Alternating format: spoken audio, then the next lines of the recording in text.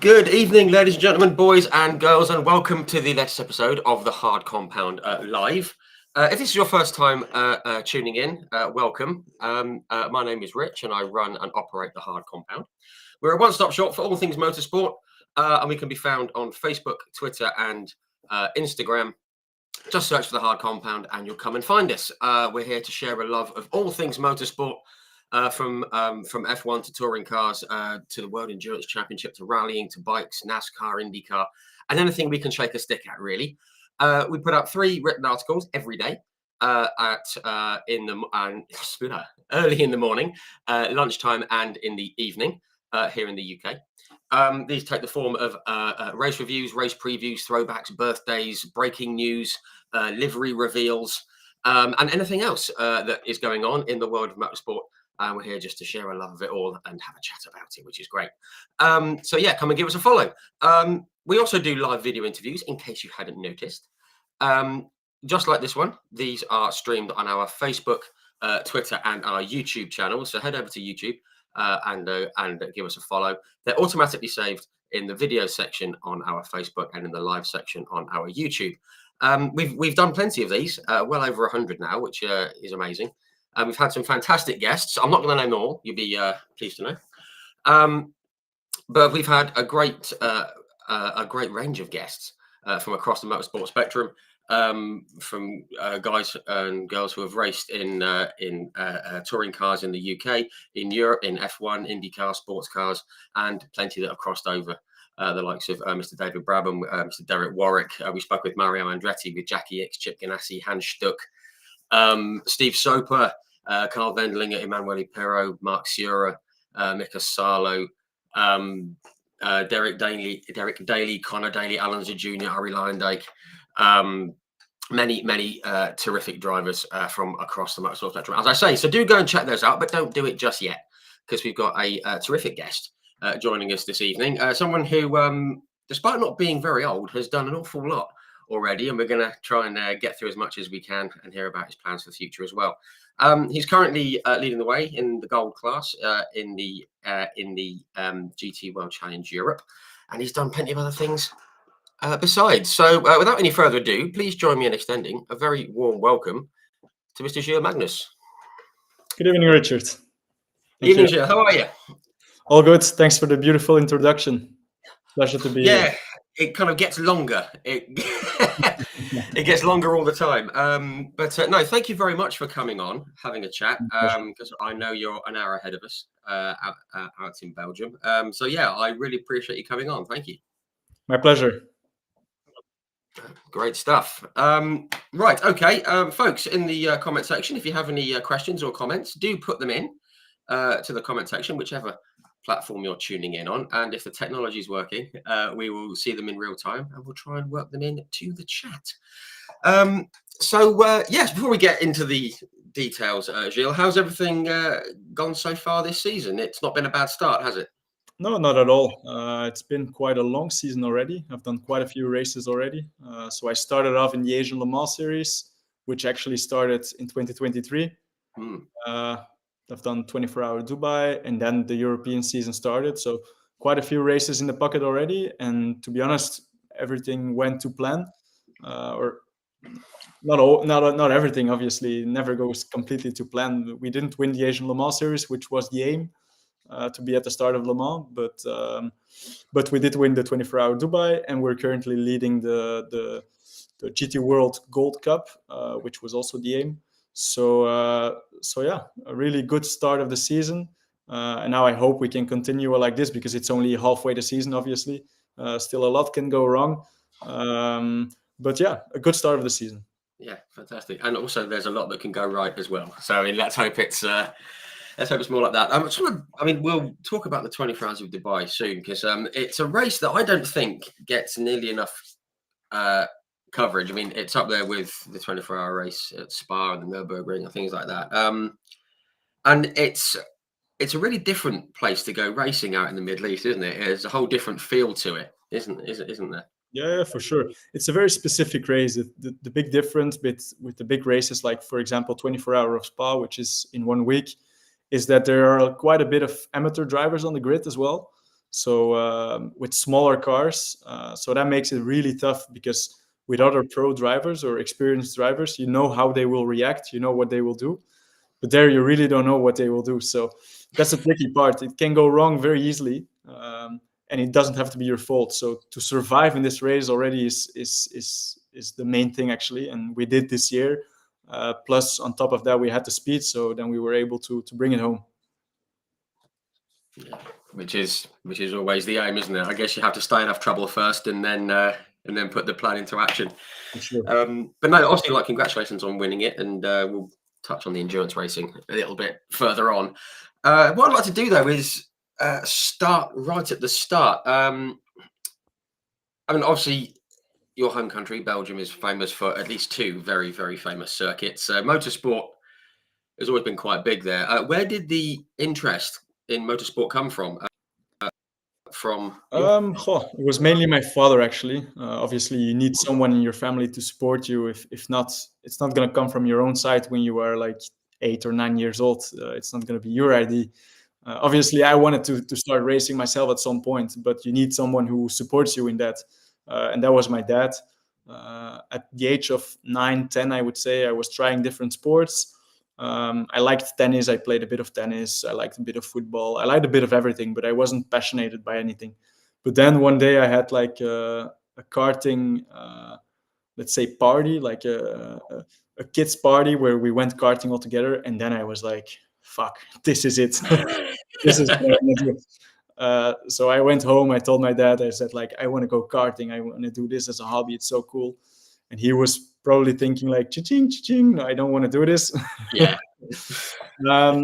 But yeah, he gave me the chance to, or together with my brother, I have an older brother, with the 3 boys, my father, my brother, and myself, we started doing some indoor karting when I was 10 years old, let's say. So that's where it all started.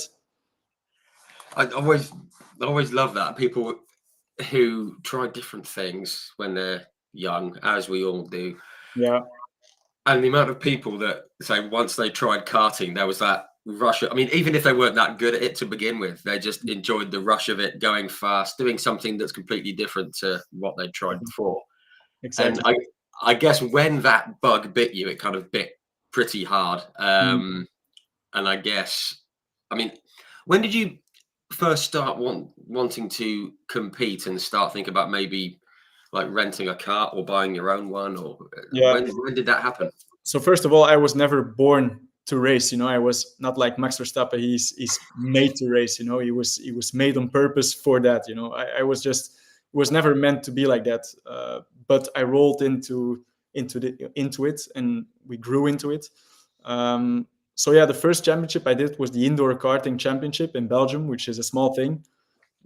So after a year, I think, of just driving every Saturday for fun, just free practice, let's call it, on indoor karting, my father said, you guys can do a championship, my brother and myself. I was 11, my brother was 13, I guess.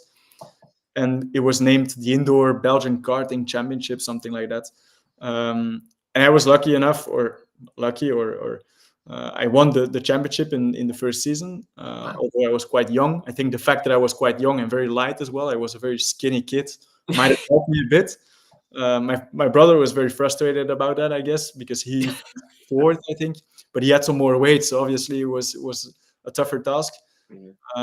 Plus, there's that big brother thing, isn't it? You don't like being beaten by a guy. No. I can imagine. There's always this brother love, but also this brother fight. You always want to compete against each other. Anyway, yeah, that's how it evolved. And then when I won this championship, I got into contact with this outdoor karting team, which obviously was the next step. And I was dreaming about this, but my father was thinking again, like, even more expensive. No, that's not going to happen. But then when he saw I won the championship, he thought maybe he has some potential. Maybe I should give him a chance.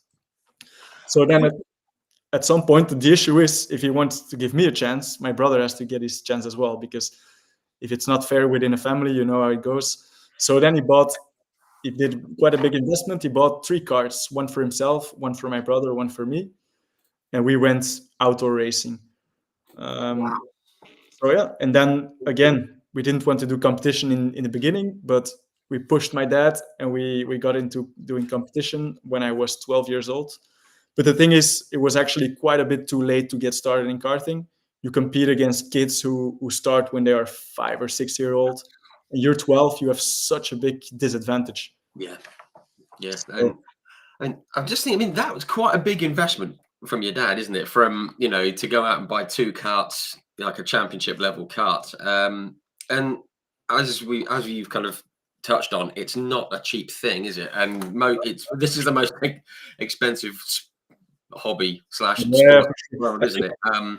I think we've done it in the most, or the less expensive way possible. We've always driven with let's say, a local team, which made us good prices and everything. So we did it in the less expensive, but even then it's very expensive. And I'm still very thankful towards my dad that I don't know if now that I start earning my own money, I don't know if I would want to make that investment for my kids. No, at the moment I wouldn't be able to, of course, but even if I would be able to, it's a lot of money in just for a hobby, because at that point it was just a hobby. So yeah, I'm really thankful for that towards my dad. Yeah, no, great stuff. And I say it's one of those things where you almost have to make it your life up to a certain point, because, as you say, just to be a hobby that you do sometimes, there's cheaper things that you can do. You know, you can go. Of course. Yeah, but it escalated very quickly into something way bigger. Obviously, already in karting, the first season I got my ass beaten like no tomorrow. Because obviously, like I said, the younger kids that started way younger, they were much more competitive. But then from the second, third season on, it started to get really serious, started to win big championships, and then it was all very different. And I guess that's the thing. I mean, obviously winning the indoor championship, you must have thought yourself, oh, I'm quite good at this. And you moved up through, and you said you got some, you had some success.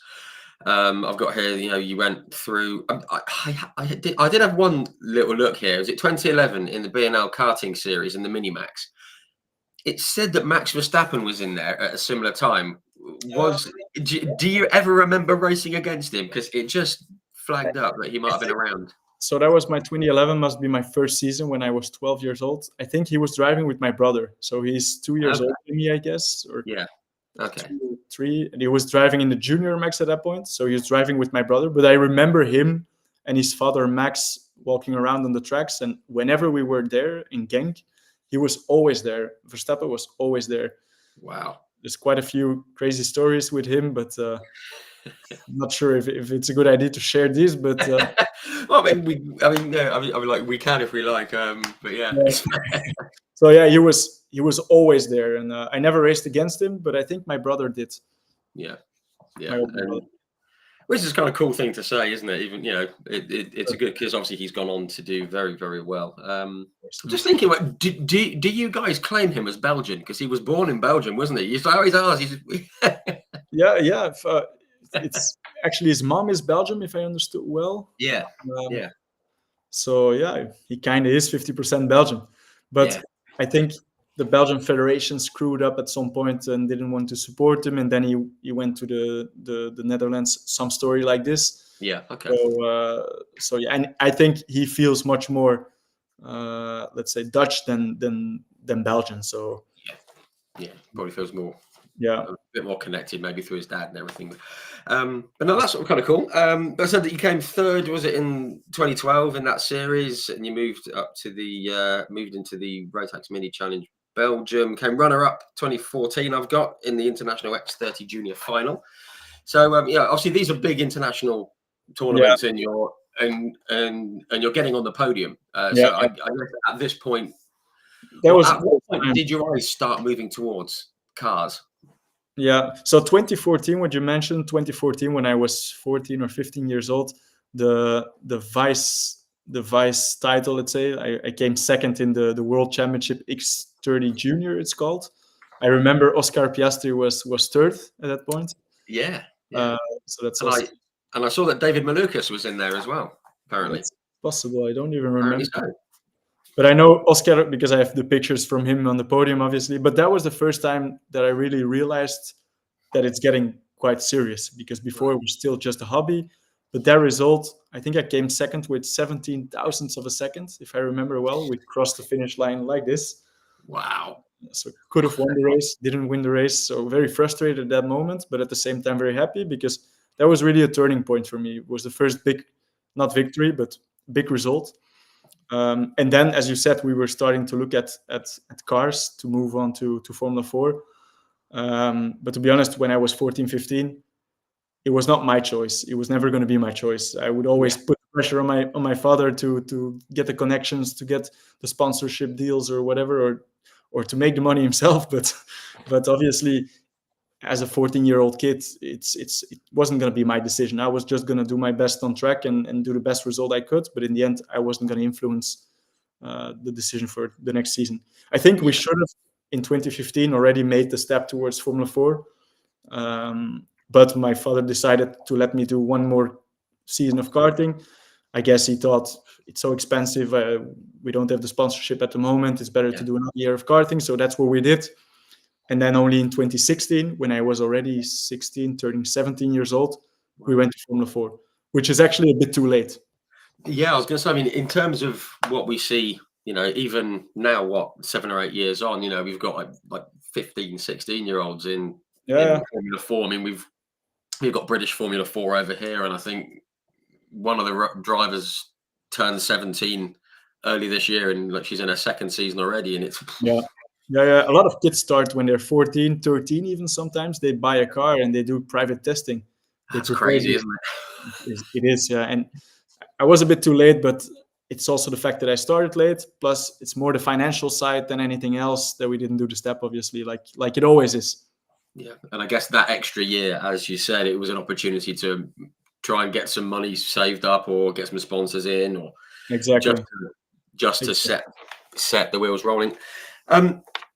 I've got your move came in 2016. Was it the French Formula 4 with the FFSA Academy? Now I didn't realize this, but that was the former Volant Elf Academy, which was obviously a huge thing back like a few years ago. It was like scholarships and things like that. And I guess when the opportunity came up, that was a pretty easy decision to make, to go into that series. Yeah, it was a very easy decision because it was the only option actually at that point. So there were several Formula 4 championships. There was the Italian, the German, which were actually the best, I would say, but the most expensive as well. So back then already, I think the budgets were 300, 400K for a season. Now it's only doubled. Wow. And back then, the Formula 4 French Academy, you could do for around 100K. The thing was, and the reason why it was so cheap is that it's an academy. So all the mechanics are actually, they're young guys who are getting taught how to be a mechanic, let's say like that. Oh, right. They're like engineering students or whatever. Actually, they're students. Wow. And all the cars are the same. There's only one team. All the cars are the same. And they swap cars within the season. So it's a very good way to see if you really have the talent. Because in the end, everyone has the same possibilities. Everyone has the same opportunities. So also for my dad, I think to do that investment, it was for him, it was like, now we're going to see. Let's see what he can do. And if he manages to do well, then I can maybe continue to search for sponsors for him and to invest a bit myself. If he doesn't, we also spoke about it like that. I remember beginning of 2016, which did put quite a bit of pressure on myself, but also I thought for myself, it's better if I'm not good enough, it's better to stop, because it's only going to be disappointing and frustrating. Yeah, and obviously more expensive if it doesn't. Yeah, that's it. Yeah, I also have a brother and 2 sisters, so it creates quite a bit of friction within the family. Let's say the fact that my dad not only invested maybe money at some point, but also a lot of time in me. Yeah. So I thought, if I want to go for it, if I want to continue, I need to prove myself, first of all, that I'm good enough. You always doubt yourself. Everyone doubts himself a bit at some point, and I did at that point. And that season for me proved that I was capable of, not that I was Ayrton Senna or Michael Schumacher, but I proved to myself that I had some talent and that I was capable of making a living with it.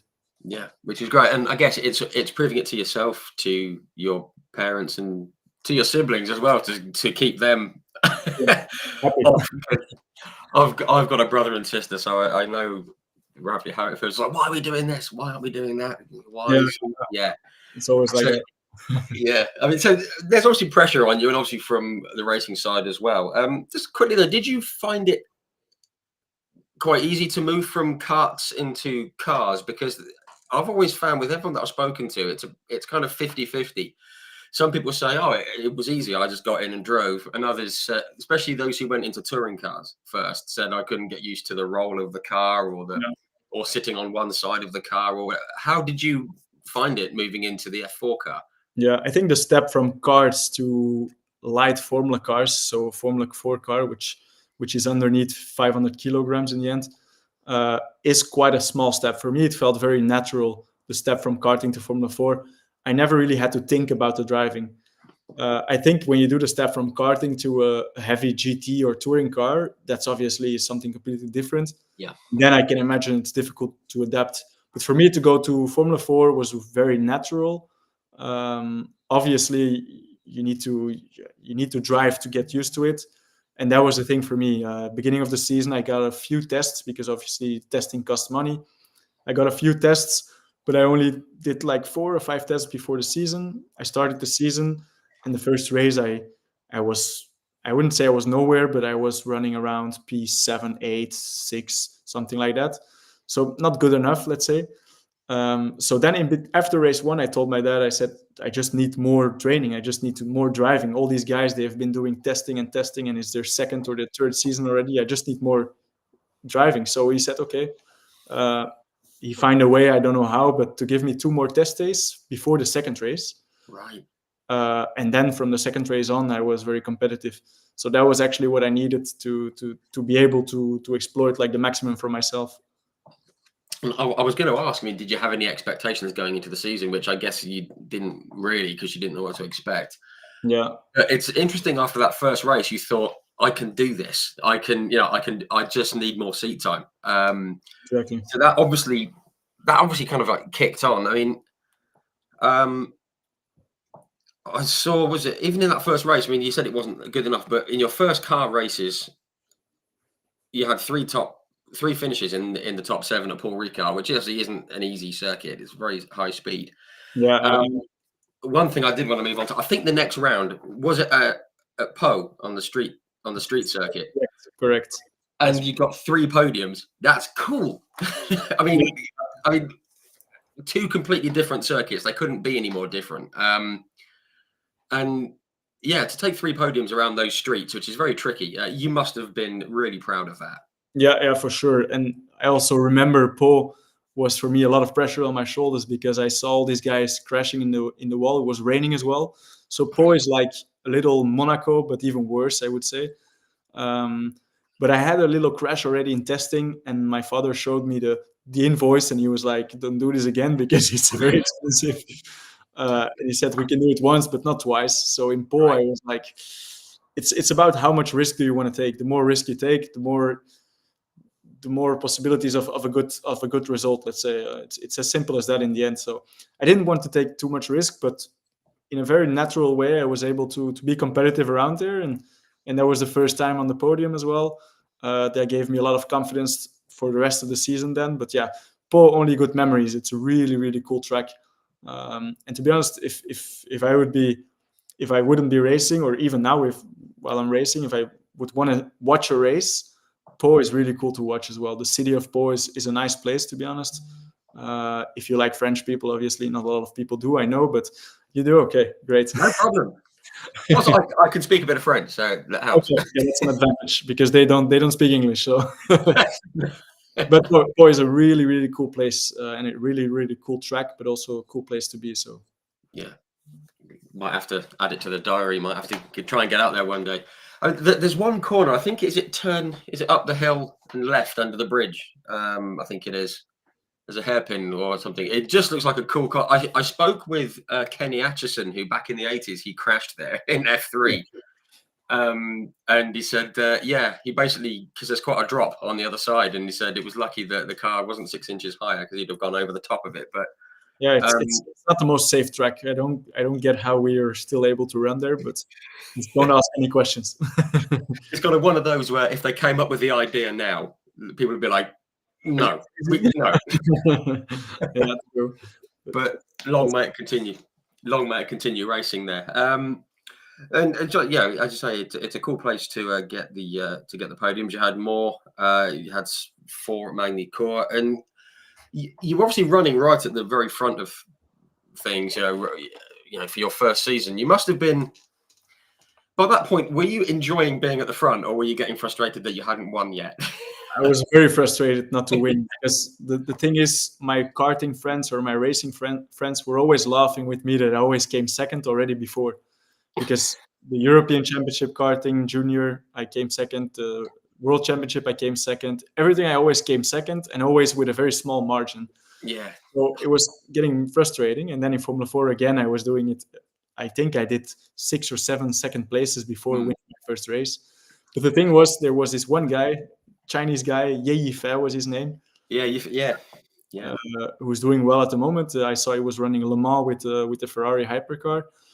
But he had quite a bit of experience. And at this moment, or at this age, it's such a big difference if you have 1 or 2 seasons of experience in the paddock or not. And he did already the championship the year before, plus the F4 Italian on top of it. He also did double championship. So he had a lot of experience, and he was impossible to beat him. He was always right on it. Until at some point in Le Mans, I finally got him. But it was getting really frustrating to not be able to beat him, and to always be second or third. I was happy to beat the other experienced guys, because in the end, the goal at the beginning of the season was to be the first rookie, let's say, or the first guy who doesn't do a second turn in the championship. Yeah. Which I think there were 3 or 4 guys behind me who were already doubling the championship. So I was happy about that. But as you said, always also frustrated not to beat the Chinese guy. Yeah. I remember one day my sister made like the picture of him, of Ye Yifei, and she put it on a how do you say this, a ball which you can. Oh, like the punch ball. Yeah, the punch ball thing. Yeah. Exactly. So it gave me some extra anger to beat him. I thought you were going to sound like a dartboard. I thought you were throwing darts. That's a good idea for the future. It's a bit angry, isn't it, that one? But that's the thing, isn't it? I guess at the start of the season, you would have been happy to be running at the front. But when you're there and there's that one guy ahead of you, you think, yeah. But the second one is the first loser, and it's. Yeah, I was happy to be in the front, as you said, but you want to win. Nothing. So no, for sure. But when that win did come, it came at quite a famous place, as you say, at Le Mans, obviously on the Bugatti circuit. But what a cool place to get a win. I mean, if you're gonna race in France, there's one place that you want to do well at, and that's Le Mans, and you got the win. I mean, do you remember the race? Do you remember how it all happened? Yeah, and also I think the reason that it happened there was the academy. So the F4 Academy is based in Le Mans, and their home track is Bugatti track. So all the testing I've done was always on that track. Right. Same for the other guys, but I think there was no one who had the advantage of more experience around that track, or more experience, because I just had 4 days of testing only on that track. The same for them. These tests were you had to do these tests, but I think not to have this disadvantage was my advantage, because on the other tracks I was disadvantaged, let's say. So that's I think why it happened there. And I remember it was such a relief to finally get that first victory, and finally make my friends shut up about being second all the time. So was that the biggest thing, just shutting them up? It was, at that moment it was. I was still a kid. At 16-year-old or 17-year-old, you're still a bit of a kid when I think about it now. So I was really happy that I could go to school and tell them I won the race. I was not second this time. You were like, yeah. No, that's great. No, great stuff. And you said you came second overall in the championship. At the end of the season, you had the Formula Renault rookie test. Obviously, at Estoril. Now, that is a circuit I used to love when I was a kid, because I'm quite old. I watched F1 in the 80s. I was used to like with the Portuguese Grand Prix. I've not been to Estoril, but just how different was the Formula Renault car to the F4 car? I mean, I guess it's just another step up, isn't it?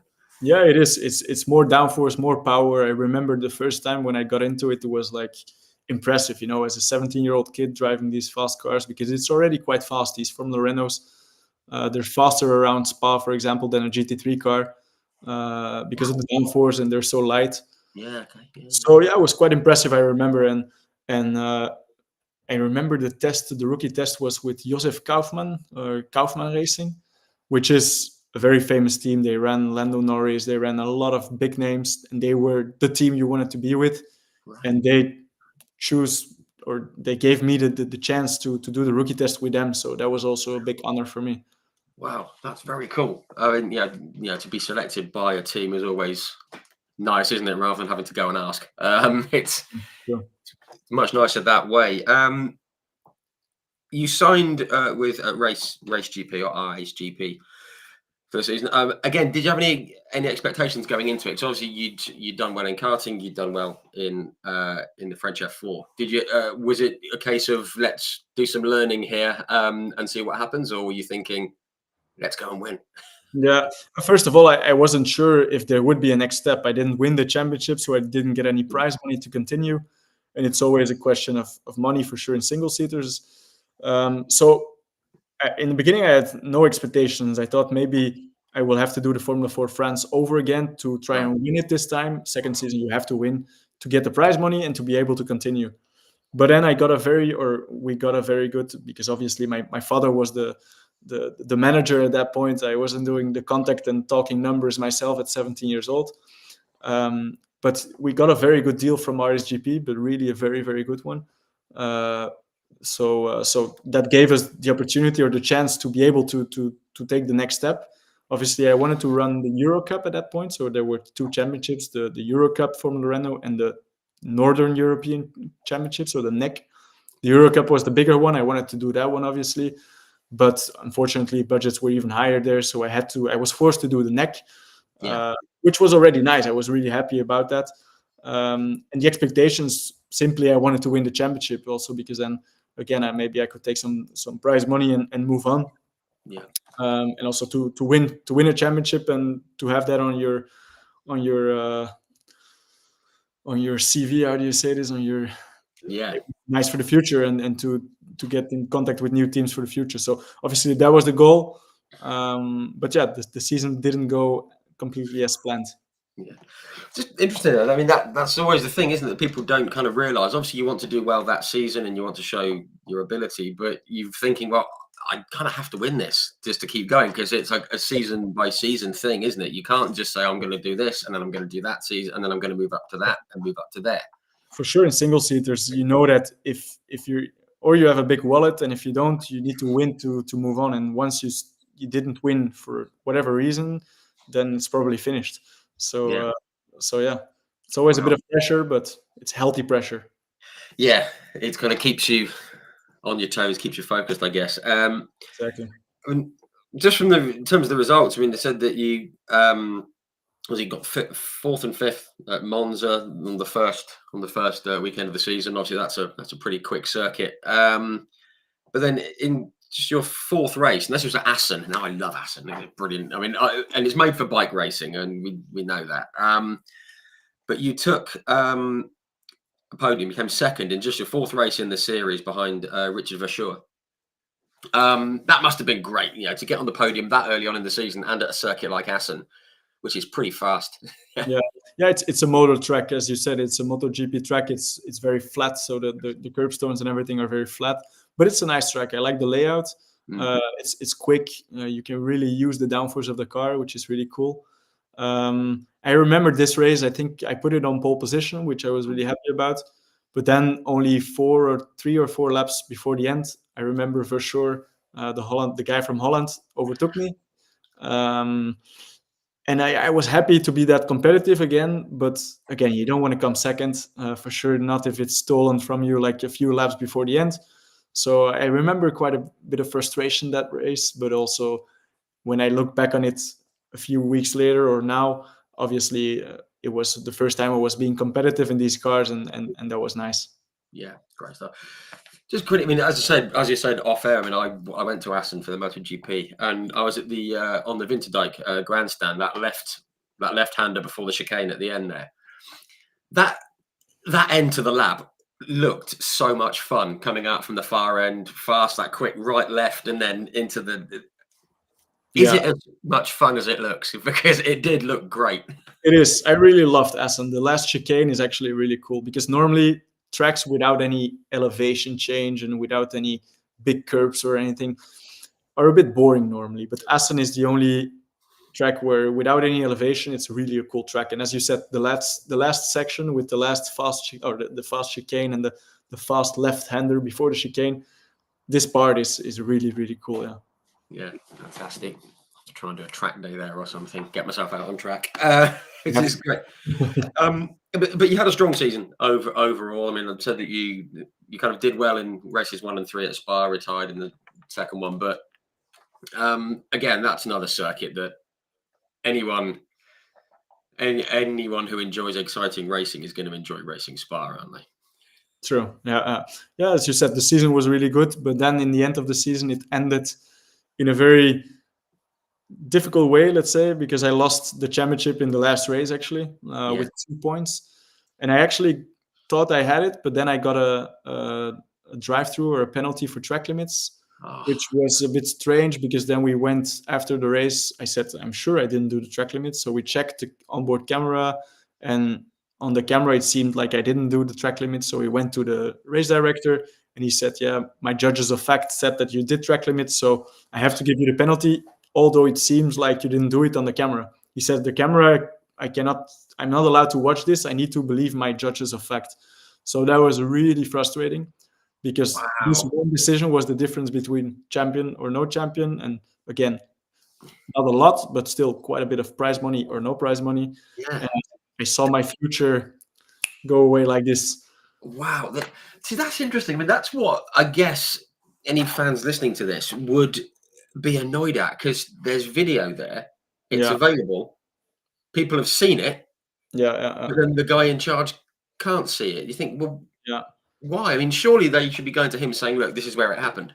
Yeah. I remember this was maybe the first time, because it was also my puberty.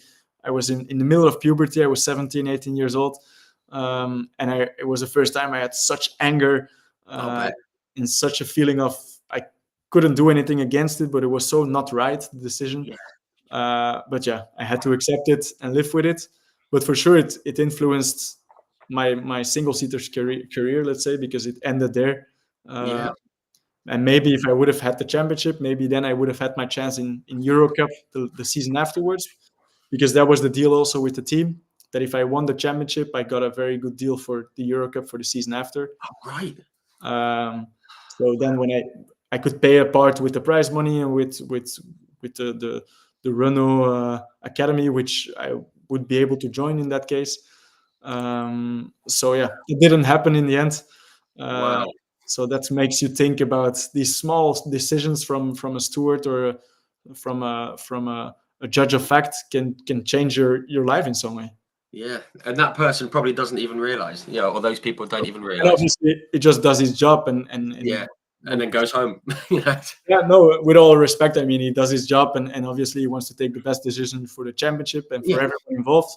But at that moment, for me, it was a wrong decision, and had a big influence on my career. Yeah, I kind of want to see the video now. Yeah, it's a shame because I guess your eyes were always on the route to Formula One. I guess that was your kind of target in the early days. And then without the prize money and everything, that couldn't happen.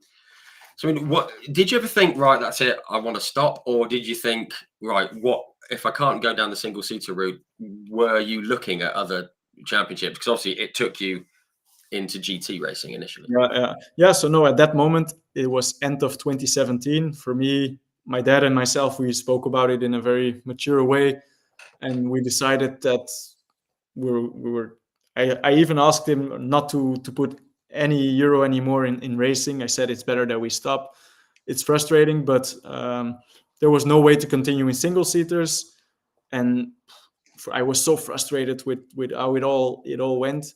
I said let's pack it up. Let's stop it. I'll join the family business and I'll focus on that. Maybe I'll be happier doing that. Obviously, that was a wrong decision because after a few weeks, I was starting to miss racing. Yeah. But still, I told him I don't want you to put one more euro in the racing. It's better like that. Anyway, I'm never going to be professional, and that was the way I thought about it at that moment. The decision I made, I told myself, if there is any opportunities to drive for free, if there's anyone calling me, you can do this championship or this, and you don't need to bring any budget. I was going to take it with both hands, and I was going to enjoy myself. But probably for the future, there was not going to come anything out of it. Yeah. But then things took a different path. Yeah, absolutely. And it came with, from what I can see, a team that's gone on, to do very well. And they've obviously raced at Le Mans this weekend. Unfortunately, the best known car, I guess, in the team, the 46 car, didn't finish Le Mans, but it was with the WRT racing team. How did that come about? And yeah, I guess you didn't have to think twice. No, for sure not. So it was, I think we were March or something, even April already. And that's a crazy story, actually. I was just coaching Theo Pourchaire. Maybe you know the name, Theo Pourchaire.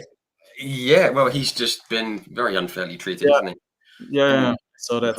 So his father called me and he said, yeah, my son is going to do, we knew each other a bit from karting. And he said, yeah, my son is going to do the Formula 4 France upcoming season, and I want to give him the best preparation possible. So I bought a Formula 4 car, and he's going to do all tracks. And I want you to be his coach for Spa, because you know Spa well, you know the Formula 4 car.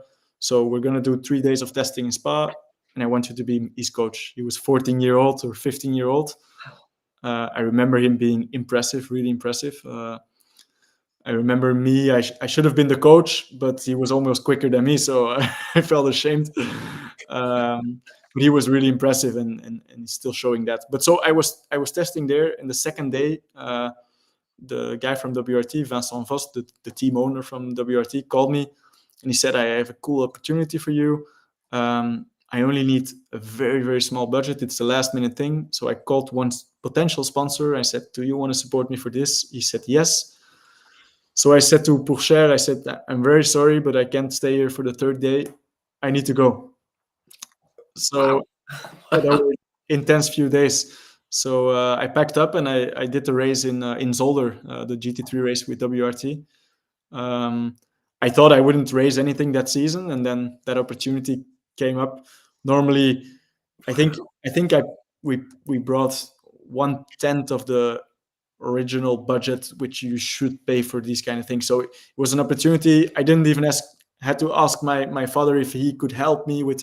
I knew one guy. I thought he might help me for this. So got him on the phone and made it happen.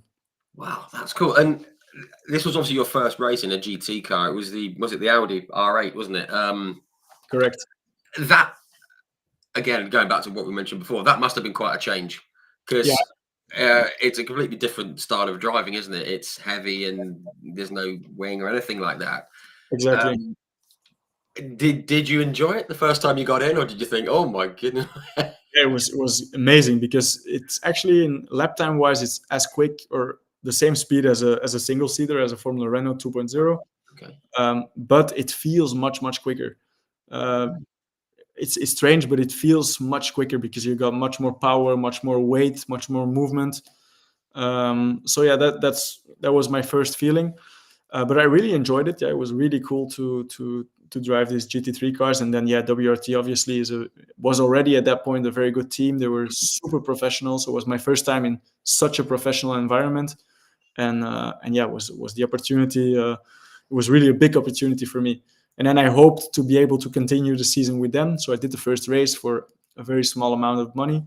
So he told me, you can do the rest of the season with me for the same budget per race, which I was able to find, if I can sign a deal with a Chinese sponsor. So it was going to depend from that. And then 1 week before the second race, unfortunately, he said the deal didn't go through. So I had to bring the original budget. I said that's impossible. So that's where the story ended, unfortunately, because we had a very positive weekend in Zolder, and also WRT was very happy.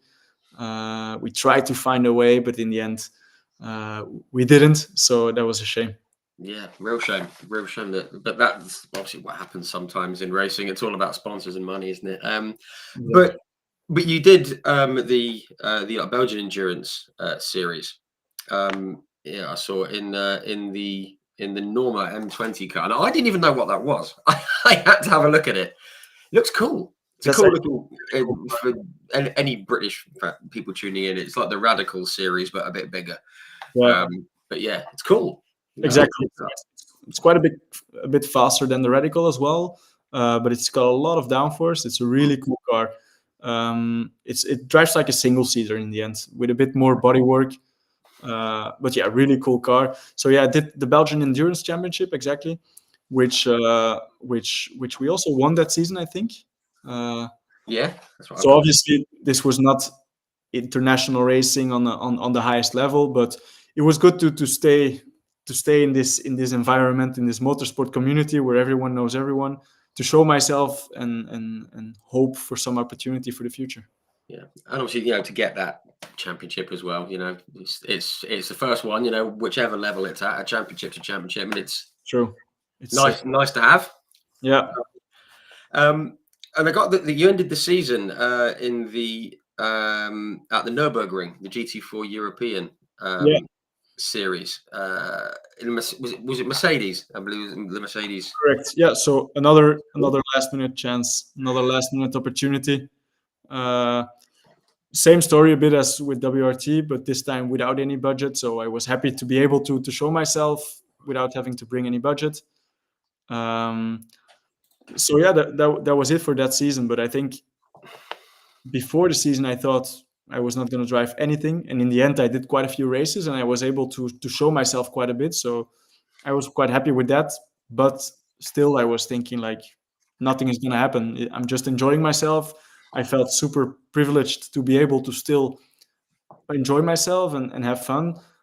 But I never thought I would, there would be a future for me. No, sure, and I guess that's the life of a racing driver at that kind of time, isn't it? But you got to race at the Nürburgring, which is very, very cool. Also, I did see you raced in the Fun Cup, the VW in the Fun Cup. 25 That's hours. something I need to go and see because they look absolutely great fun. Yeah, that's really cool. With That must have been great. over 100 cars, I call them the fridges because it's like a fridge car, and it's got no aero, so it's on the straight line. You can slipstream and overtake each other twice. Cool. Because slipstream has such a big effect with Yeah. no aerodynamics. But it's a really fun race. Yeah, it's nice to watch as well. Actually, with 115 cars, I think. Yeah, it's completely mental. Actually, That's crazy, isn't it? 115 cars on track. My goodness.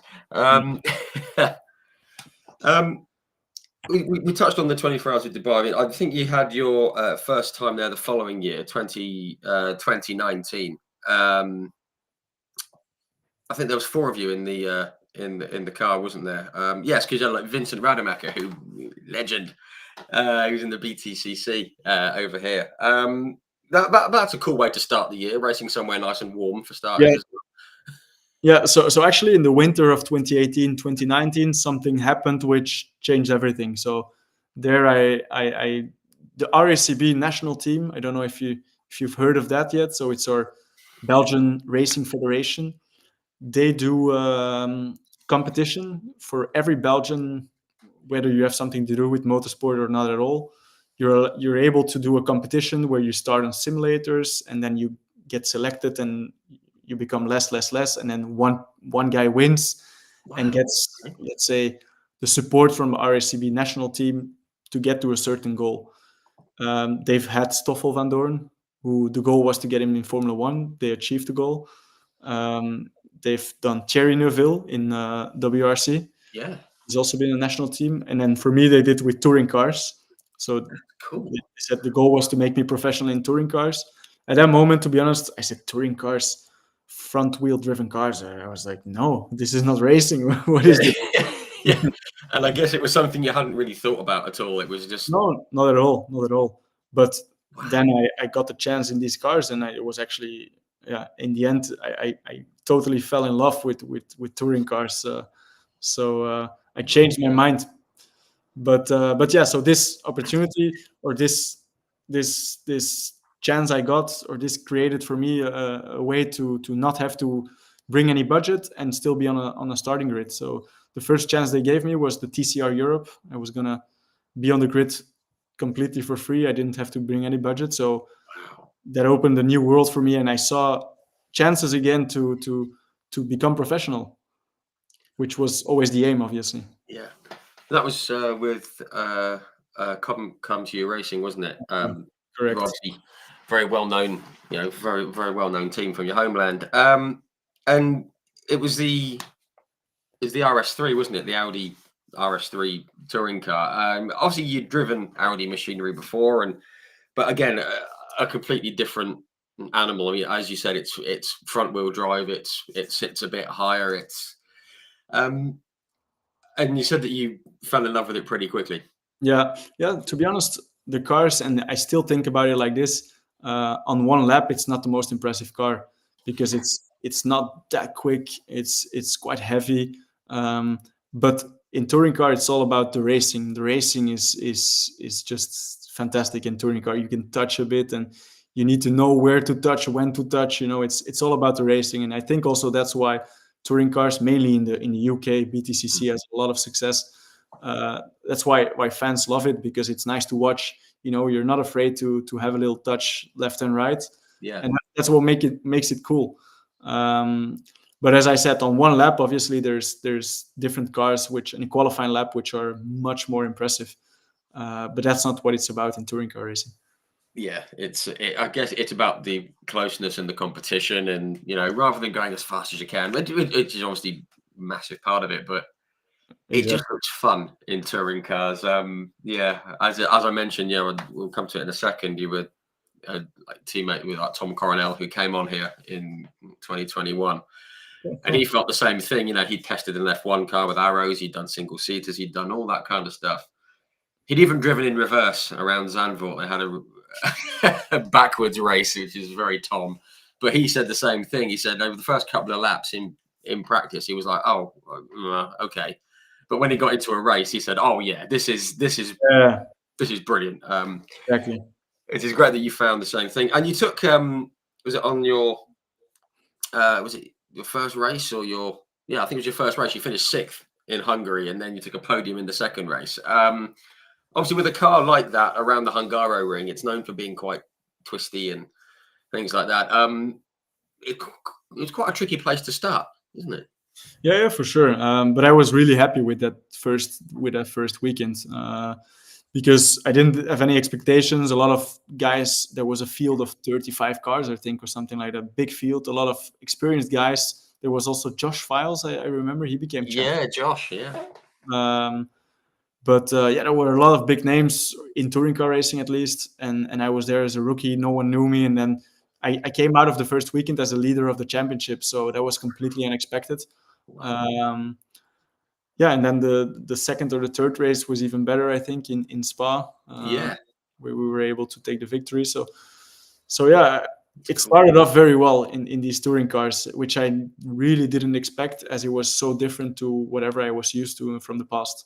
Yeah, I was just saying your first wins in each series have come at your first podium came at Pau, your first win came at Le Mans, and your first touring car win came at Spa. I mean, you picked some cool places to win. Yeah, I always choose before the weekend.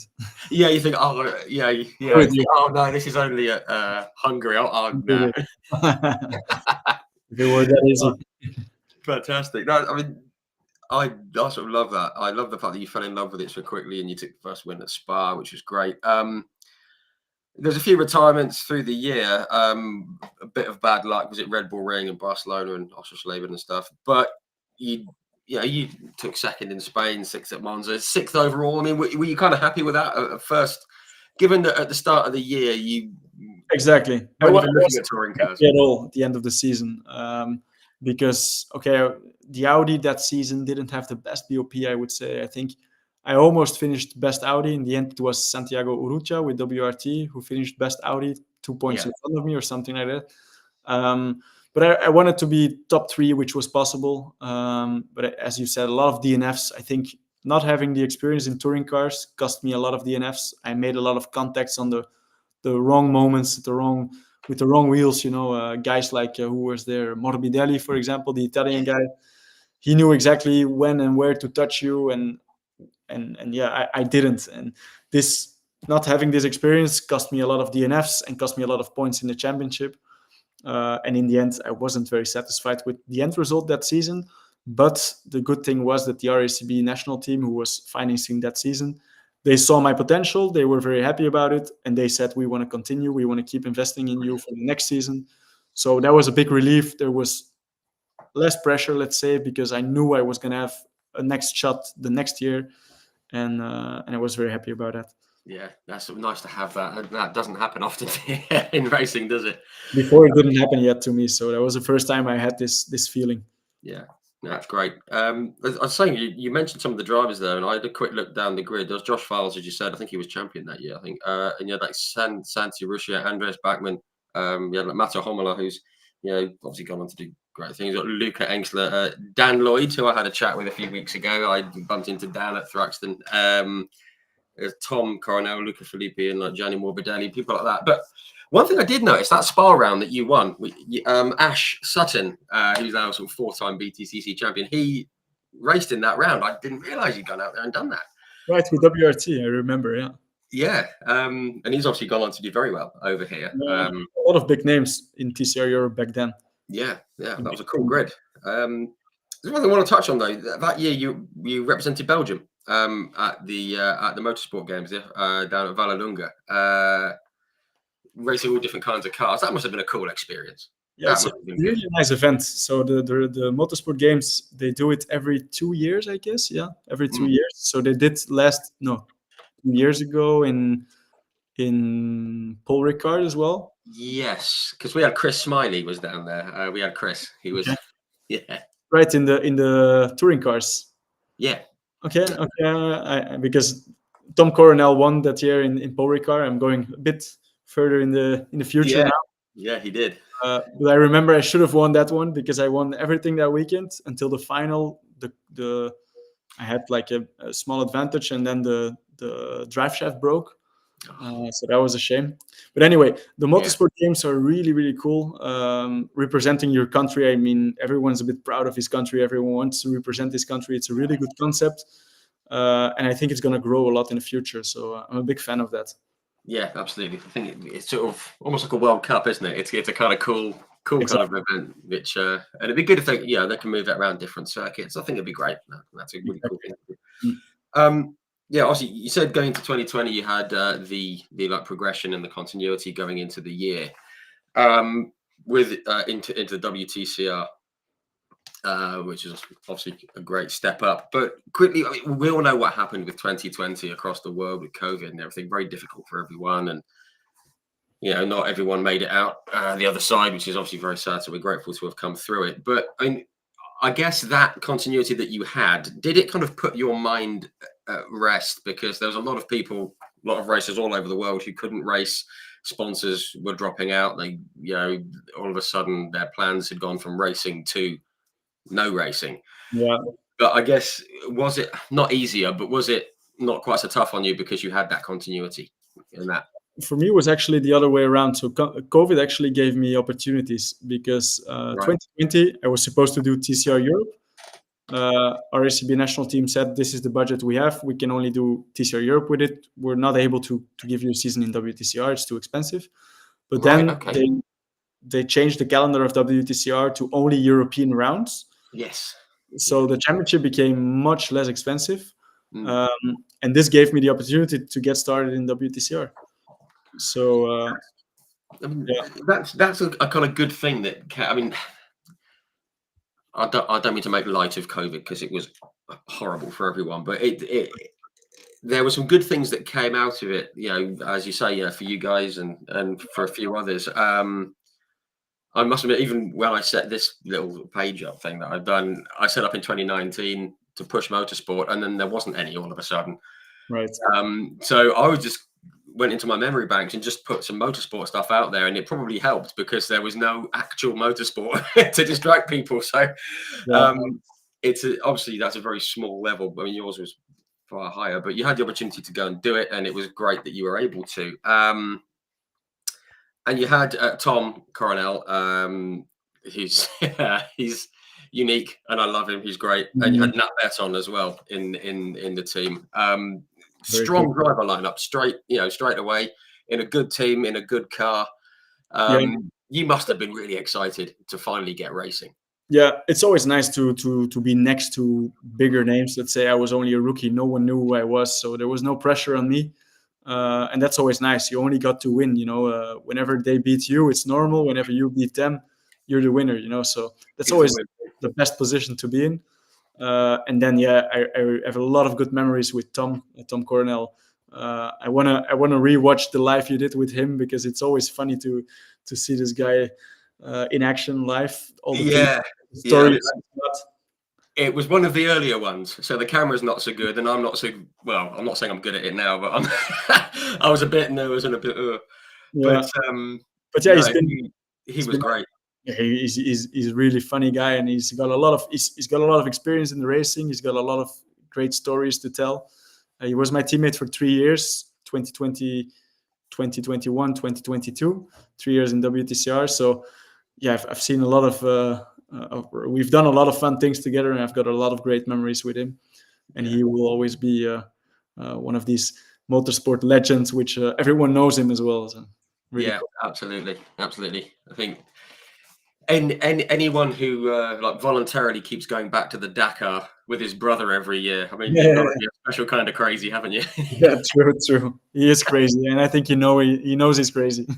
Yeah, but he loves it. He just says yes to life, which is great. And I guess you obviously learned a lot from him, because as you say, he's got so much experience. And that's not me politely saying he's old, by the way.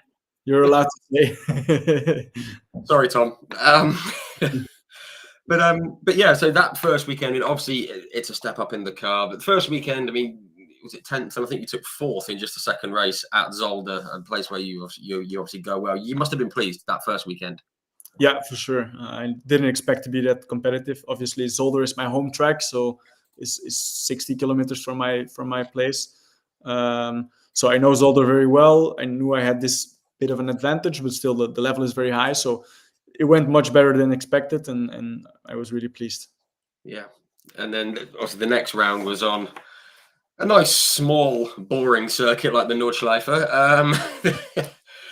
I guess you'd never driven it before. And I mean, what's it like the first time because I mean, I've never been around the Nordschleife again. It's something I need to do, but and especially I haven't done it as a driver, obviously, but the first time you drive around there, what's it like? I mean, it must be exciting or terrifying or both, or it's a bit of both. Yeah, it's a good way to say it. It's crazy. That's just what it is. And if you're driving alone with a touring car, it's already quite crazy. But then last year I had the experience of the 24-hour Nürburgring with a GT3 car, with Dacias and small cars with 100 horsepower. Then it's really, really crazy. But it's maybe, or at least one of the nicest experiences I've had in racing.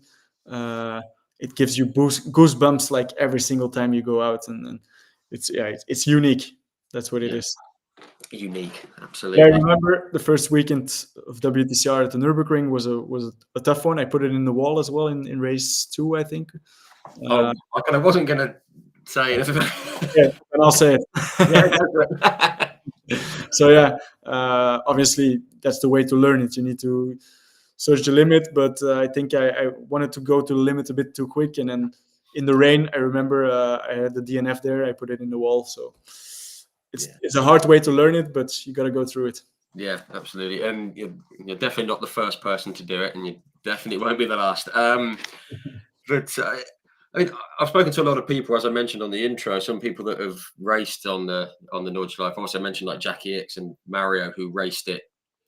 Mario was in the race when Niki Lauda had his crash that we're all familiar with in that dangerous era with all the with the lack of safety and everything. But I always ask people that have raced the Nordschleife, whether it's in a F1 or touring cars or whatever, Do you have a favourite part of the circuit? Because obviously the fans all know the carousel, they know like Dottinger Höhe, and they know Bergwerk and all these other, I don't know, all these amazing parts of the circuit. Did you have a bit that you liked? Because I remember Tom Coronel, he said the carousel is unsurprising because it's crazy and it's like that.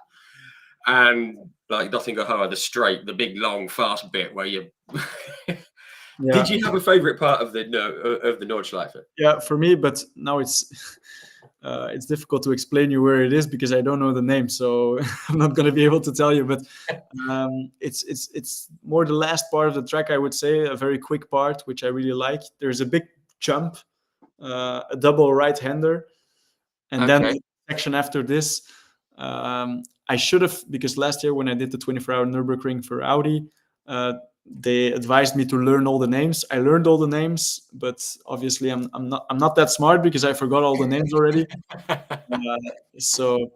But yeah, for me it's the last part of the track, which is a really quick part. That's my favorite part. But in the end, it's also cool. It's all so tight as well. The walls are really close, and one error and you're in the wall.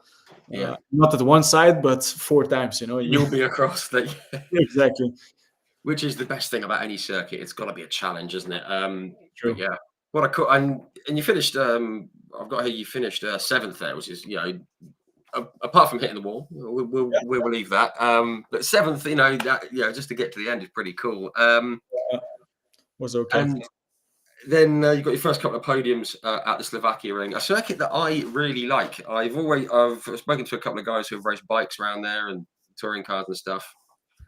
It's a cool circuit, isn't it? I think Dan Lloyd said that he really liked it. Yeah, it's nice. It's not my favorite track, I wouldn't say that, but it's a nice track. It's an underestimated track for sure, or an underrated track. It's a track that not a lot of people know, and it's got some character with some. It's a nice track. I wouldn't say it's my all-time favorite or something, but it's a nice track. It's true. Yeah, that's cool. And you got your first couple of podiums there. You had like second behind Tom. Tom beat you. I mean, that's annoying. That's the only downside to finishing second to Tom, isn't it? Yeah. And you had another podium behind Nick Katzberg and Nat Berton, which is, I mean, it's nice to get those first 2 podiums. And for sure. I think at that moment within the championship, they were starting to get to know me, because no one knew who I was, and they saw that I was always within the top 5. And I think I started to get some respect from the other drivers, because that was really, I was quick in the beginning, but the other drivers didn't have any respect for me. They were like, this rookie, they just pushed me out every single time, and they had zero respect for me, which is normal in the beginning. No one knows who you are, and maybe I was quick, but I need to be honest about the fact that I didn't really know. They saw that I didn't have a lot of confidence in my fights and in my moves. And they used that, and they really treated me a bit like a rookie. Yeah, they try and like bully the new kid and type thing. Yeah. At that moment, I remember that this gave me a lot of confidence. These podiums and being on a podium several times gave me confidence and showed to the rest that I deserved my place there and made them respect me a bit more. Yeah, absolutely. You kind of earned the respect from them, with the results. And as I said, you had podiums at Valencia and at Aragon as well. I like Aragon, that long straight into the hairpin. That is cool. Nice. Yeah, it's really cool. It's really cool. It's in the middle of the desert. It's in the middle of nowhere, but it's really. I actually remember looking into it, saying, "Oh, I think I'd quite like to go there." And I looked where it was. I was like, "How on earth?" It's about a 4-hour drive from any airport. Yeah, true, but it's nice. It's nice.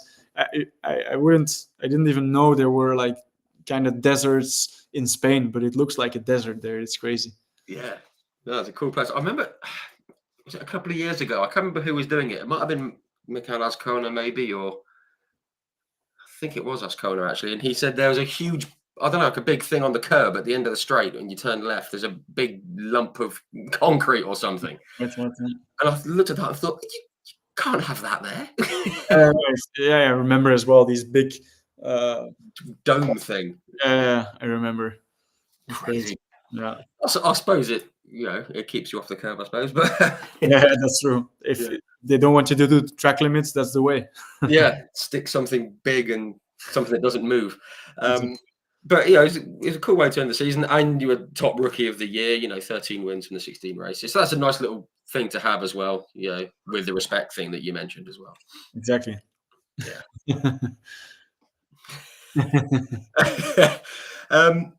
Just something I did spot there when I was looking was you did 2 rounds of the Le Mans Cup, Paul Ricard and Le Mans, in the Duquesne M30. That is a brilliant looking car, and again, another completely different car to drive. Exactly.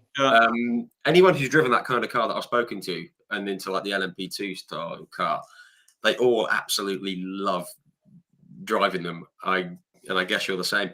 Yeah, exactly. On one lap, these cars are the coolest cars. A lot of downforce, like a lot of downforce. Yeah, that was great. And I told myself, whenever I get an opportunity, left or right, I just need to always say yes. Because all these new experiences, first of all, it's cool. It's a cool experience. It's nice. I love it. But also, it gives you more experience as a driver in something completely different. And this is how you get better in the end. It's as simple as that. If I would have only driven touring cars and you put me in other cars, I would be shocked. And now when I get to taste from every single car, I get this experience, and I always learn from it. And you always get to know new people as well. So I told myself, whenever I get opportunities, I get calls, I always say yes, and that's how I ended up there. And it was a brilliant experience. It was really cool. And yeah, a lot of downforce. We all love that. Every single driver loves downforce, so it was a nice experience. That's great, and I just love that. Just like take anything that comes up, take any opportunity, because you as you say, you can meet people, you can make some friends, and you can make some relationships with team owners, and you never know when they might want you again, and it might lead to something else. And yeah, that's exactly what it is. No. Very cool, very cool. But yeah, 2021. This is the year I watched. Oh, question from Keith Mail. So I have got a message here saying some of the comments aren't working, so we might get a raft in a minute. But anyway, we'll be fine. Keith Mail, I've just seen your question, Keith. We are going to come to the WTCC very soon. But yeah, 2021, they expanded to a 4-car team. We've got Frederick Vervish came in. Again, very, very good driver. And your countryman, nice. Just I guess he was another good guy to work with, was he? Who? Vervish, or? Yeah, for sure. He's also a Flemish-speaking Belgian guy.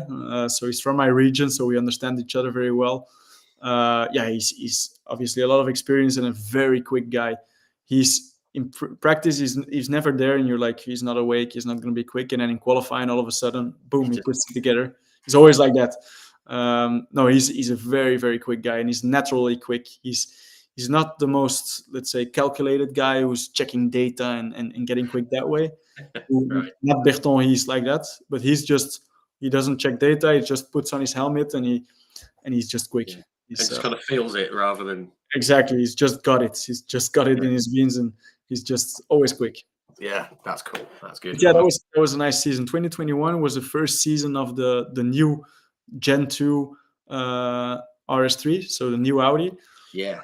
It was not on the market yet, but there were only 4 cars which were running WTCR, and for the rest there was none in the world. So also it was very limited in pieces. We were not allowed to do crashes. Audi said us, if you do a crash, your race is over, because we got no spare parts yet.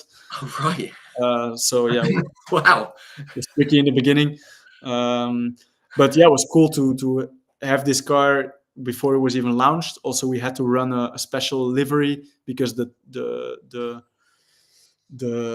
car for the road was not yet launched, so we were not allowed to show the design or the forms of the car. Oh, okay. So, it was all kind of like colors and it. Exactly. Yeah, I can remember, because I can remember when it was launched, thinking that looks amazing. But I didn't realize that was why. Because I guess you couldn't see the lines on it. Because Audi wasn't allowed yet to show it, because it was not launched yet, the road car. Wow. Yeah, it was cool. And it was cool to be part of the development of the car as well. All the testing we did to develop. They although I didn't have a contract with Audi yet at that moment, I was really a bit involved in all this testing, and it gave me a lot of experience from Tom, from Nat, from Fred, these 3 guys who had a lot of experience with developing cars. I could watch them and see how it goes, and that gave me a lot of experience for the future. Yeah, I love that. Any opportunity to learn. I just, yeah, just, I guess if you can't learn from guys like that, you can't learn from anyone. I mean, they've done, yeah, they've all done so much. Obviously, it was cool to develop the car, new car. It felt like one of those seasons where you were really close to being really right at the very front for the whole season. It just didn't quite come together. That's what it looked like from the outside looking in. I don't know if that's how it felt for you. But you got obviously the big, well, we kind of joked earlier about the Hungaroring. I'm not going to win there. I'm going to save it for Spa. And then your first win in the WTCR came at the Hungaroring. True. That I mean, again, that must have been big because you're talking about earning the respect through podiums and things, but to beat everyone and just say I did that must have been great. The first victory was a very special moment. Was a very big moment, and for sure, I mean, there were other moments in the season as well, the podiums and everything. But a victory is a victory. Is different. And as you said, the season didn't go quite as planned for the rest. A lot of DNFs, a lot of mistakes also from my side that season. I remember. In the end, I was still quite young compared to these touring car guys who were all a bit older and more experienced, and they knew exactly when and where to touch me again. And then I had a lot of DNFs, but also a lot of good results. So it was a lot of ups and downs that season. I was able and capable to show my speed, but the end result was not quite what I hoped for. Yeah, sure. I mean, just to flip that. I mean, obviously you had podiums at Valencia and Vallelunga and at Sochi, which is obviously very, very cool. Sochi, mainly among F1 fans, it kind of divides opinion. Some people love it, some people hate it. I'm not sure. I haven't watched enough there. What's it like to race on, especially that big left-hander, which looks a lot of fun? I actually liked it, to be honest. I don't know why, but I really liked the track of Sochi. Was obviously it's very modern, very cool, and all the installations around it are very modern and very cool. You see that a lot of money was invested, but also the track itself, I quite liked it. I remember this race is actually the race that gave me the contract with Audi afterwards, because they told me. So my teammate Vervish was still in contention for the title, and my only job was to help him, and that's also what I did. I was really working for him, although I wasn't paid by Audi to do any of that. I mean, I didn't have a contract with them or anything, right. But still I accepted to do it, to help the team and to help them. And I think this is in the end what gave me the contract for the year after. So that's cool. It was the right thing to do. Yeah, if you do things the right way, people notice and good things happen, which is great. Sure. There's one thing that you did win there. You won. Excuse me.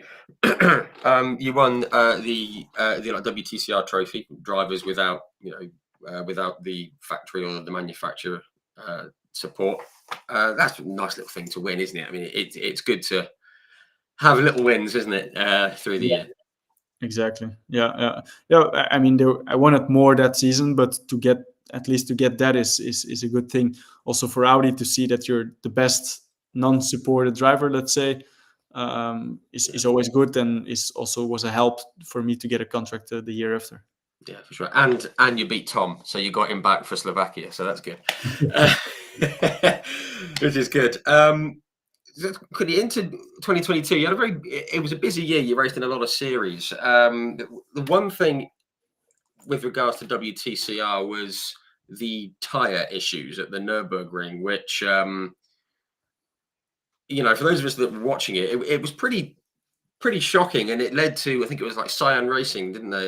They basically pulled out of the season because of concerns over the tires, things like that.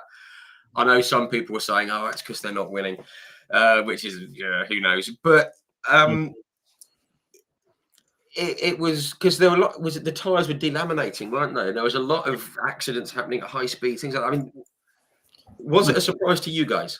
The thing was, back then, the main thing was that it was only Cyan Racing who had these issues. Okay, the others also had it sometimes when the mileage was very high, but it was mainly Cyan Racing, mainly the Lincoln Coast. Yeah. So initially they said, so it's up to you to change your setup so that your car doesn't have this issue anymore because it's only your brand. But in the end, they were able to cancel both races, which was very frustrating for me back then because I qualified second. And that's quite a crazy story. But obviously, in this championship, a lot of BOP discussions are always there.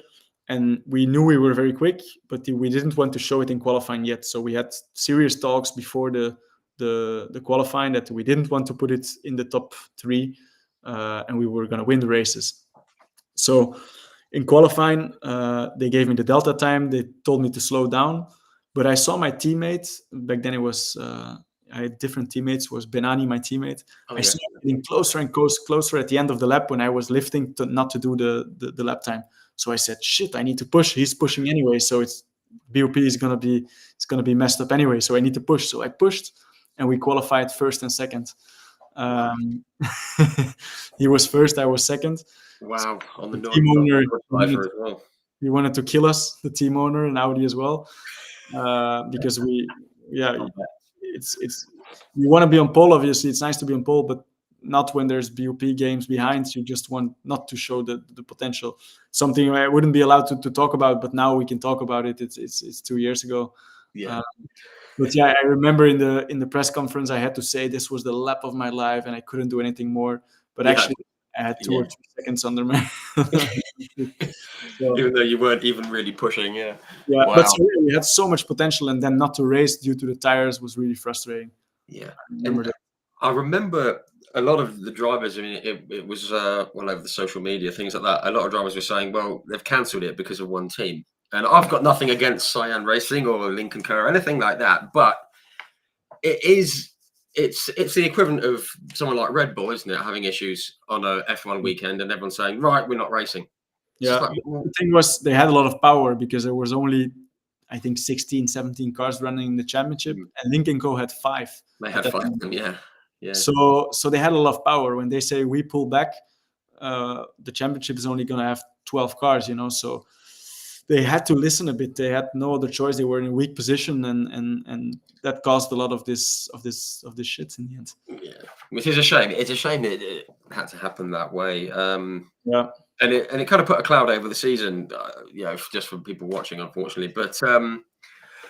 But on happier time, you had another win at Valencia, which a place you seem to go well at. You had first and second at Vallelunga. I love Vallelunga. That's a place I need to get to.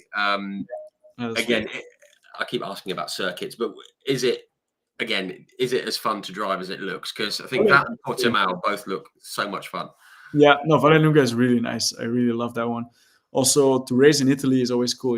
It's not only cool to be on vacation, but also after the track activity, you want to go for a nice pizza. It's better to be there than to be in some shithole and to eat some. It's true, no? Yeah. So no, it's always nice to race in Italy, and for sure Vallelunga is a nice combination of corners, and it's a track I've always liked. Yeah, actually, I'd like to get a win there was great. I want to come on to the next circuit. There was Pau. Obviously, you said you enjoyed racing there in the single seaters. You had podiums. I would imagine it's incredibly well. It's a lot more different in a touring car around Pau than it is in a single seater. I mean, it feels like it's more suited to a single seater. I don't know, but true. How did you find it? Because obviously you said that you enjoyed racing there previously. What was it like in the big Audi? Yeah, that's the thing. The circuit of Pau is really, really small. So to drive these big touring cars in these streets was actually it just didn't suit.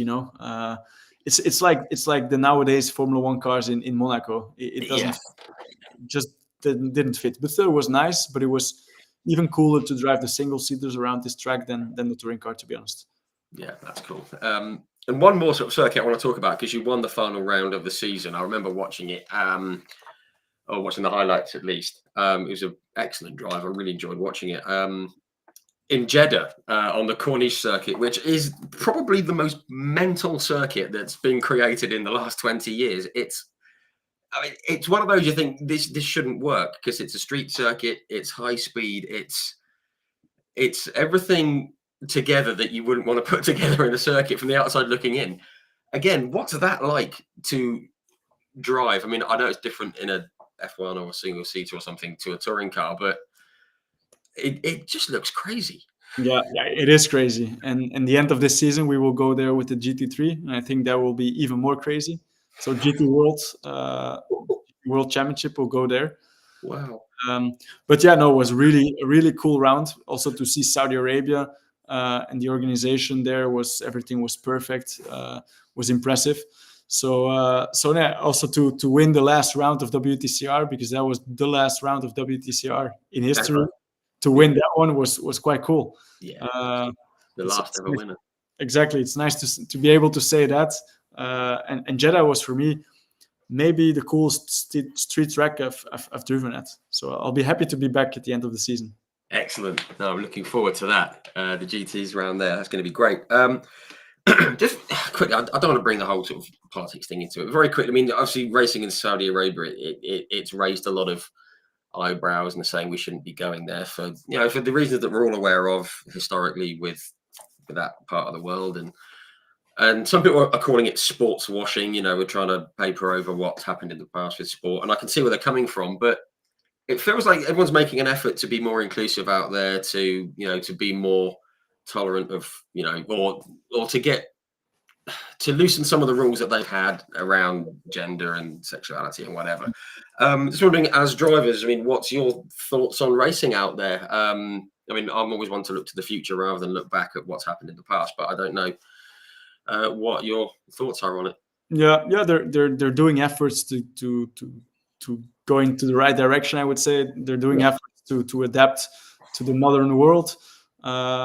So yeah, in the end, it's a lot about money in the end, and we need to accept that it's not always nice, but that's the reason that we're going there for sure. I mean, so and in some way we need to take these opportunities because they kind of finance the motorsport community in the end, and we should be happy that they're wanting to do this. It's always a question, and we all have our different opinions on that. Is it correct to go in these kind of places and support their regime or whatever? Yeah, it's always a difficult one. It's not up to me to decide about it anyway, but yeah, it's always a difficult one. But I haven't felt, when I was there, to be honest, I felt really, really normal, as if we were racing in Europe. And I've always been treated very, very nice by the people there. So yeah, I'm a fan of going back.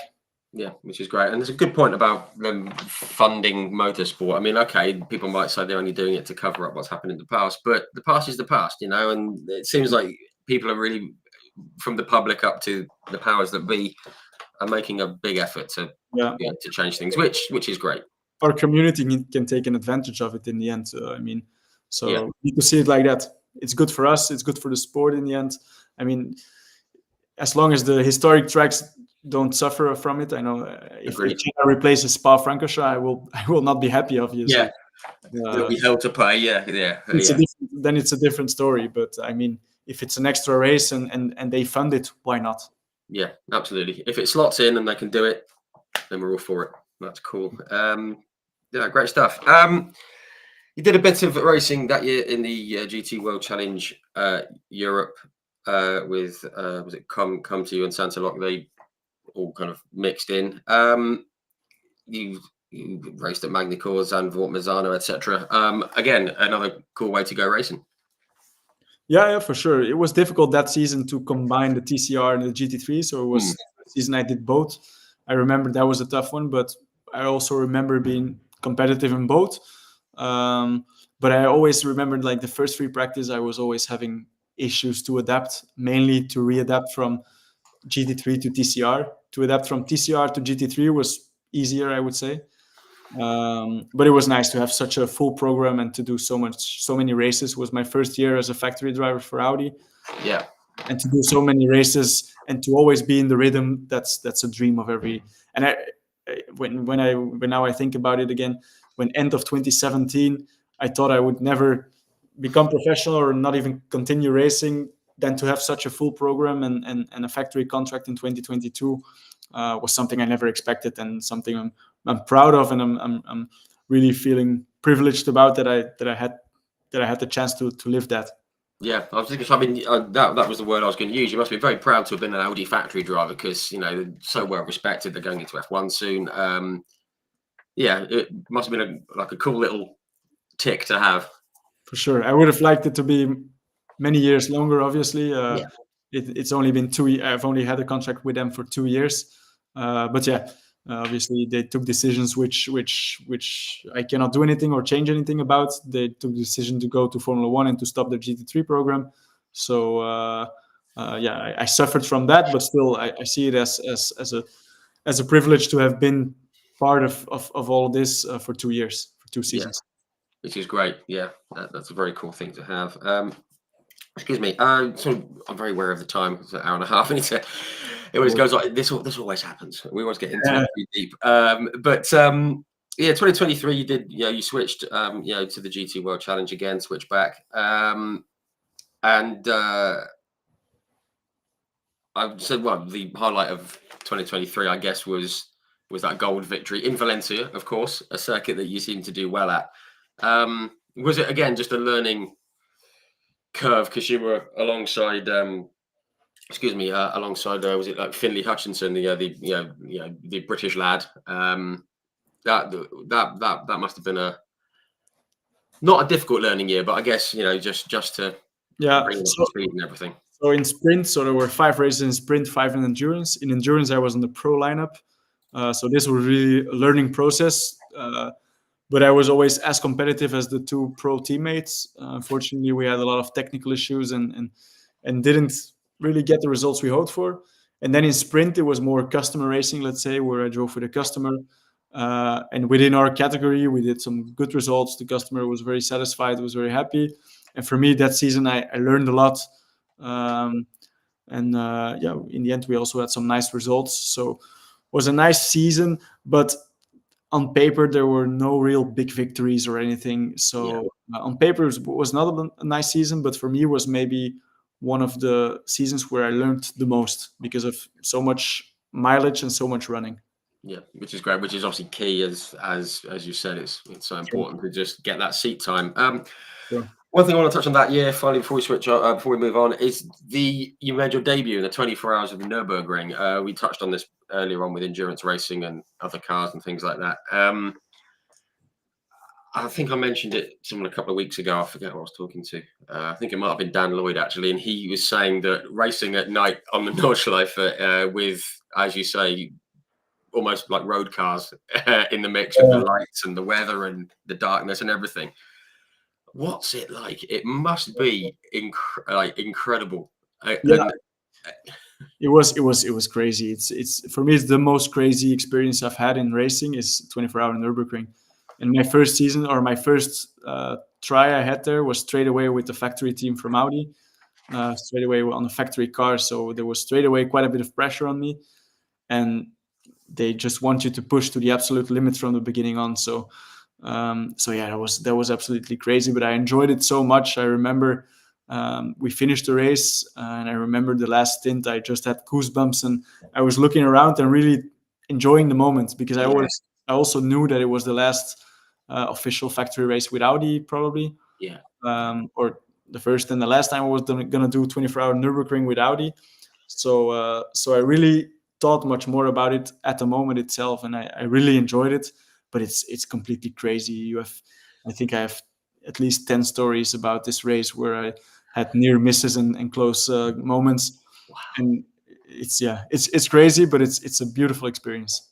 Yeah, that's great. That's lovely to hear, and it's great that you were just able to enjoy it in the moment as well. With it being what it was. And I guess you'd love to do it again. For sure. Yeah. If there would be another opportunity, I will take it straight away. I have my permit now as well. It's quite complicated to get the permit, but I got it now. So yeah, if there's an opportunity in the future, I'll definitely take it. Fantastic. Fingers crossed. Okay, let's have a very quick look here. You've done insurance. You've done endurance racing in like Dubai and Spa and the Nürburgring, and I guess while the concept is all the same, they're all very different, aren't they? Because they're such different circuits.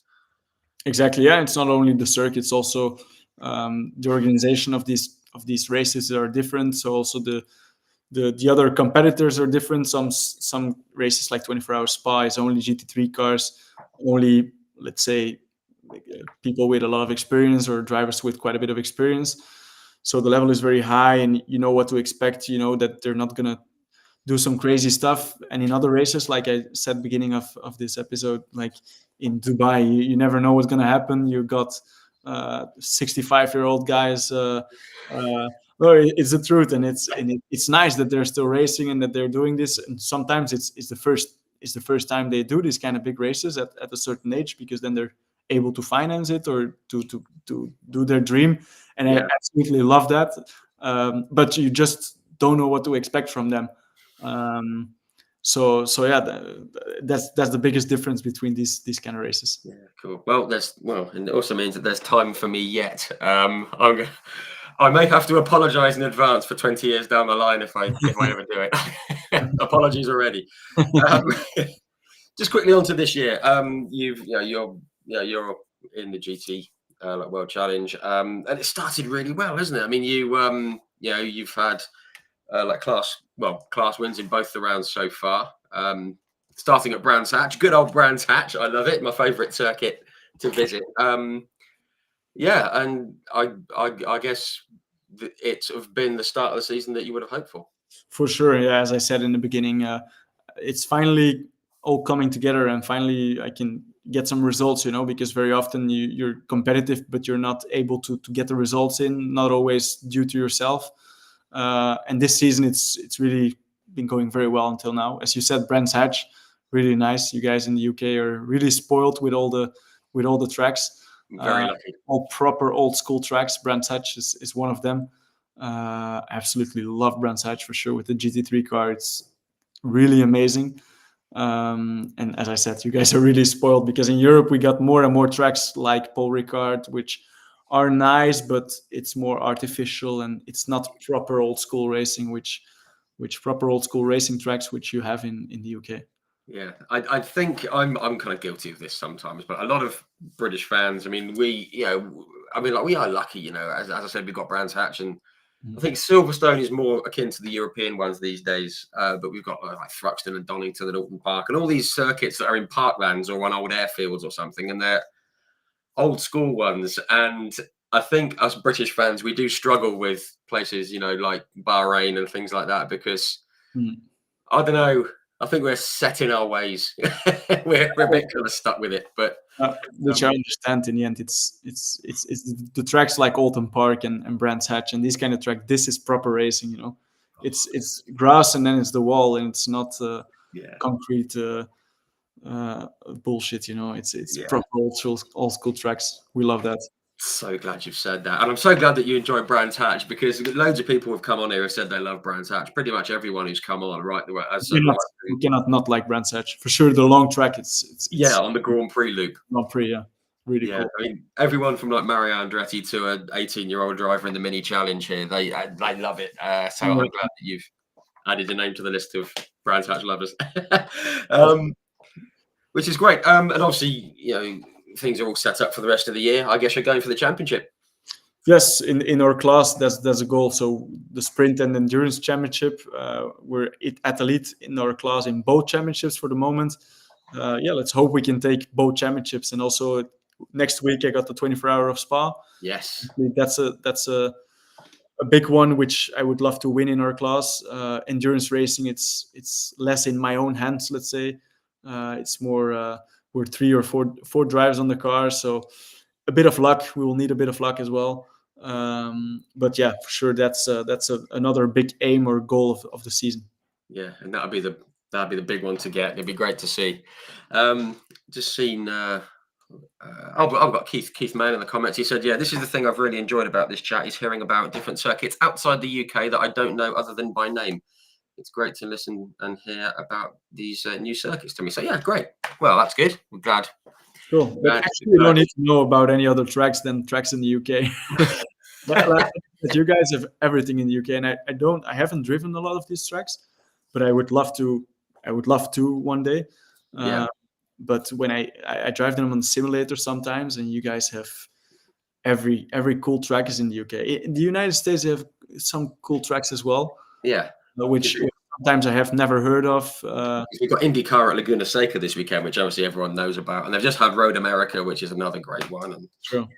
Yeah. But as I said, you guys in the UK are so spoiled with the tracks, and I hope they don't start closing them, because that's what's happening now a bit in Europe, or in Belgium at least. They're pushing to close Solder one day. Can't do that. Come on. No. Yeah, we need Solder, but there's a lot of circuits in the UK are owned by one company, MSV. That's a good thing. Motorsport Vision, so they're very well run, and the other ones are sort of independent and they're doing well. So yeah, that's good. Actually, well, you say it's a good time to bring in Keith's question. Actually, you said you'd like to race some more circuits in the UK. The British Touring Car Championship. If the opportunity ever came up, would you look at it? I mean, it's a bit expensive these days, but what isn't? Everything is. Yeah, definitely. I think it's difficult to get into. BTCC is very, and I mean, motorsport in the UK is very. How do we say this? Like, also, it's in a bubble, isn't it? It is, and it's a good thing, because it works. I came to a BTCC round a few weeks ago in Brands Hatch as a fan of Rob Huff. Huffy, yes. Yeah, exactly. So, and I was impressed by the amount of fans. First of all, the amount of genuine sponsors which are interested in the championship. I was impressed by everything, to be honest. BTCC really surprised me. I think for me as a European driver, it's quite difficult, for sure, now that I'm mainly involved in GT racing, to get involved in BTCC. But anyway, if the chance would ever be there, for sure I would take it. It's just a legendary championship, and I love to see that it's still got so much success nowadays, because everywhere else in the world, championships like WTCR and everything, they died. They were struggling. Yeah.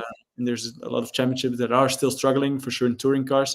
And it's good to see that the BTCC is so successful. Yeah, which is good. Yeah, and it's great to see, because there were some mutterings this season with financing and everything, but this year has been very, very good. And you got to see a first win from Ronan Pearson, who I think he's going to go. He is going to go far. He's very, very good. But yeah, have a word with Rob. See what you can sort out. Maybe I should. Yeah. Good stuff. Just quickly with GTs again. Two people I wanted to mention. Max Gertz. Obviously, he's done a lot of racing. He came on here a few weeks ago. Have you spent any time with Max? Because I like him. He's a good guy. He's a typical sort of, and I mean this in a nice way. He's a German guy, very serious, but with a great sense of humor. Yeah, to be honest, I don't really know him personally. I've said hello to him a few times probably, but I don't know him personally, so I can't talk about that. Obviously, he's got a good reputation. He's always quick and everything. He's got a big name, but I don't know him personally, so not yet. Might meet him in the future. Yeah, cool. And the other name I have to mention, obviously, in this series is Mr. Rossi. Valentino Rossi, and he's got his fans. I think he doubles the attendance every time he races. Again, I mean, it's just a great opportunity to have a global sort of star, I guess, on the grid, and it just raises the profile of the whole series, and that's only a good thing, isn't it? True. He's really helping the championship a lot, and it's really gaining attention from everywhere. Like wherever we go, you see only 46 everywhere. Only yellow.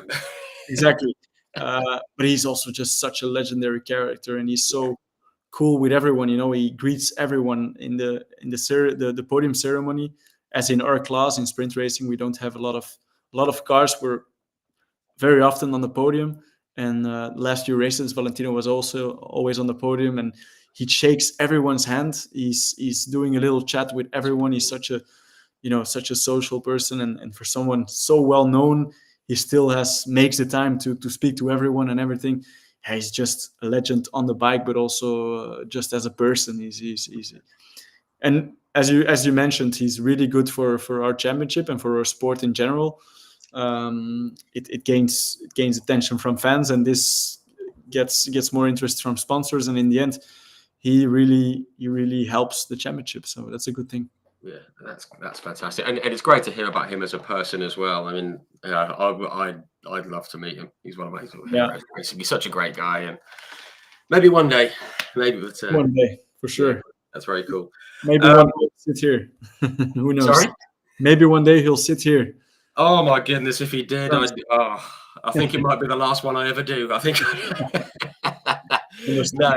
No, he's a cool guy, and and he's just done great things for motorsport as well, which is great. Okay, we've run over yet again. We always do. Always end up with some fun questions. I'm just going to trim them down a bit because I've got about 30 here, but I won't do them all. Outside, I mean, when you haven't got the helmet on and you're racing driver head on, what motorsport series do you follow most closely, or are you a guy who just watches everything like me and then annoys people by talking about it? To be honest, I don't watch that much. I watch WEC, obviously. WEC is really nice. Yes. DTM is really cool to watch. It's a shame it's not the cars it used to be, because that was really my ultimate dream. Now DTM is still a dream. It's still very cool, but it's not the same anymore. Yeah. But obviously, everything with GT racing, now that I'm involved in GT racing myself, I know the names, I know the guys. It's cool to see them racing. And so WEC, DTM, these two are the main ones I watch. Obviously, a bit of Formula One. I do some commentary here in Belgium as well, so Yeah. I have to be up to date. But also, obviously, you want to watch. But yeah, as I said, these three are the main ones. Beside that, I'm on racetracks myself a lot already, so sometimes I like to disconnect a bit as well. Yeah, which is, I think you have to step away from it sometimes, don't you? Otherwise you go a bit crazy.